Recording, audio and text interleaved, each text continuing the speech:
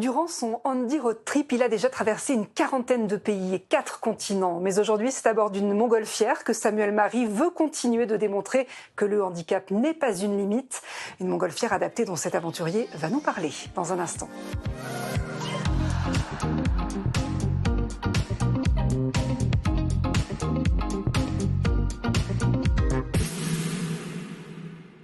Bonjour Samuel. Bonjour. Grenoblois, 35 ans, on est ravis de vous recevoir pour parler d'un magnifique projet auquel vous participez, celui de rendre accessible des montgolfières à des personnes à mobilité réduite. La suite d'un parcours marqué par un accident qui a changé beaucoup de choses, mais pas votre envie de voyager, de découvrir le monde. Ça a toujours été très clair pour vous, ça. Ouais, j'ai fait ça depuis que j'étais petit avec mes parents.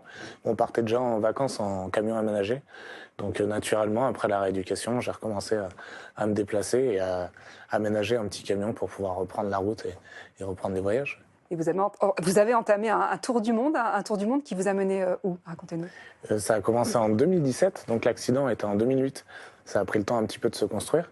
Et avec un véhicule plus autonome et plus grand, où il y avait une douche, tout ce qu'il faut, un lit bien adapté, on a commencé par les États-Unis, donc par le Canada et le tour des États-Unis, pour revenir après en France et partir du côté de Pékin, en passant par la Russie et tous les pays en ce temps, pour revenir avec l'Europe et retour en France, pour après repartir en Amérique du Sud et faire un petit crochet par l'Antarctique et revenir et avoir la joie du Covid pour rentrer à la maison. Ça me fait rouler, c'est sous ce nom que vous avez partagé tout ça sur les réseaux sociaux. Quel souvenir en gardez-vous? Ça vous a apporté quoi de faire ce tour du monde? En fait, c'est une continuité. Ça apporte quelque chose, mais moi, ça fait partie de ma vie. C'était pas forcément quelque chose, un défi, c'est que je continue à faire ça parce que j'aime et j'ai envie d'intégrer ça dans ma vie, de pouvoir me déplacer. Et ce mode de transport et de vie, de pouvoir être autonome et d'aller dans les 4 coins du monde, les endroits inaccessibles, et de pouvoir poser sa maison accessible n'importe où dans le monde. Ça, c'est quand même fou parce qu'on parle beaucoup d'accessibilité, où c'est difficile avec les hôtels, les hébergements. Là, on se met où on veut, au milieu de la Mongolie. Et c'est nous qui invitons les gens sur place à pouvoir boire un petit coup, manger. Et ça retourne un petit peu la façon de penser. C'est bien. Désormais, vous souhaitez prendre de l'altitude, voler en montgolfière. Comment vous est venue cette idée? Alors, elle n'est pas venue de moi, mais c'est venu en revenant de Pékin, d'une frustration. Je suis resté en bas de la montgolfière à 5 heures du matin parce que ça rentrait pas pour des questions un peu de loi et de sécurité, que j'ai pas tout compris. Donc je suis resté à regarder les copains qui partaient en l'air. Et en racontant ça à Philippe Lucelet, qui est maintenant président de l'association, il s'est dit, attends, on va trouver une solution.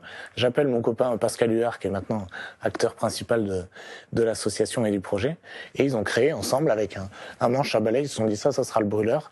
Et on va tester, on va créer un cockpit adapté et pouvoir proposer ça au plus grand nombre et qu'on puisse rentrer directement dans le cockpit en fauteuil roulant et qu'on puisse piloter l'ensemble des fonctions. Voilà. Alors justement, pour aller au bout de ce rêve, toute une équipe s'est constituée autour de vous avec des bénévoles pour créer une flotte de montgolfières adaptée. Un prototype de nacelle est à l'essai en ce moment dans la Manche. On va regarder l'extrait d'un reportage que France 3 Normandie vous a consacré.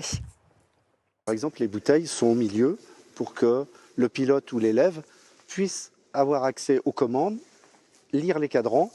Le projet, aux mains d'une vingtaine de bénévoles de l'association Audace Handi-Évasion, est toujours en phase d'essai. Une bande d'amis qui se bat pour un pas de plus vers l'inclusion. De fil en aiguille, tout un tas de pilotes ont rejoint le projet, ont été attirés par le projet, parce que ça leur permet déjà de sortir de leur zone de confort en tant que pilote. Ils sont obligés de trouver des solutions. Des solutions pour les handis resservent aussi pour les valides. Le premier vol en montgolfière piloté par une personne en situation de handicap est prévu pour début juillet. Donc ça, c'est la corde pour redescendre. Tu vois, on va pas monter. Ce sera vraiment une première mondiale, ce vol. Jamais rien de tel n'a été testé jusqu'à présent. Ça, c'est une partie. Ça va être génial et c'est important. L'important, c'est vraiment le collectif et le fait d'avoir que des bénévoles avec différentes compétences qui se rassemblent et du coup qui deviennent vraiment des amis pour progresser ensemble. Et c'est ça l'essence même de ce projet, c'est des copains qui se rassemblent et qui réussissent à emmener des personnes handies en l'air et partager leur projet et leur passion. Alors si les tests sont concluants, comment seront proposés les vols et où sera basée cette flotte de montgolfières? C'est une flotte de 3 montgolfières qu'on aimerait bien dispatcher dans la France, parce que les bénévoles sont aux 4 coins de la France. Et ça sera fait sous forme de formation. Nous, en ce moment, on a un théorique à passer, théorique du LM. C'est comme le code de la route de l'air. Et après, on a une formation avec un instructeur de pilotage pour après avoir notre brevet, pouvoir piloter dans ces nacelles adaptées. Donc ça se fera aux 4 coins de la France. Là, en ce moment, c'est situé à Nantes, mais après, ça sera de partout. Et pour après pouvoir voyager dans le monde entier, faire les meetings et les voyages dans le monde entier.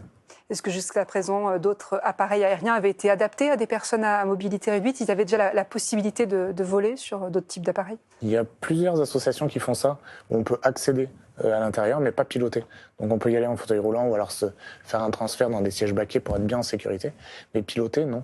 Et donc c'est pour ça qu'il y a tout un concept qui a été développé. Et pour aussi être en sécurité à l'atterrissage, pas manger la pelouse quand on arrive, pour être en sécurité et que toute l'enveloppe tombe sans que la nacelle se renverse. Donc c'est ça aussi la grosse innovation qui servira pour les autres dans l'aéronautique aussi. On n'a pas évoqué l'aspect financier, mais il est important. Vous cherchez encore des fonds pour aller au bout de ce projet? On est déjà associé à OCI Informatique qui nous accompagne et qui nous aide déjà pour la première enveloppe. Et derrière, on est à la recherche aussi de sponsors pour les prochaines enveloppes et pour pouvoir mobiliser aussi tous les bénévoles et créer des choses autour. Donc il y a une surface de 700 mètres carrés, donc c'est pas négligeable. Et il y a tout le côté poétique de la montgolfière qui permet de vraiment mettre en valeur des marques et des collaborateurs. Comment est-ce qu'on peut vous aider? Et en s'associant, on peut s'inscrire et on peut nous envoyer des petits mots sur Internet pour nous encourager et venir s'inscrire à l'association et partager des meetings et des moments avec nous. Vous avez déjà un autre rêve en tête après celui-là? C'est déjà beaucoup à faire, mais on aimerait bien déjà voyager avec ça. Mais c'est vrai que j'aimerais bien faire un petit peu d'avion à côté aussi. Eh bien, merci. Pour celles qui voudraient en savoir plus, on les invite à consulter le site de l'association Audace Anti-Évasion. Merci Samuel Marie, merci beaucoup d'être venu nous en parler. À suivre le Journal des Alpes. À très bientôt pour un nouveau numéro de l'Instantané.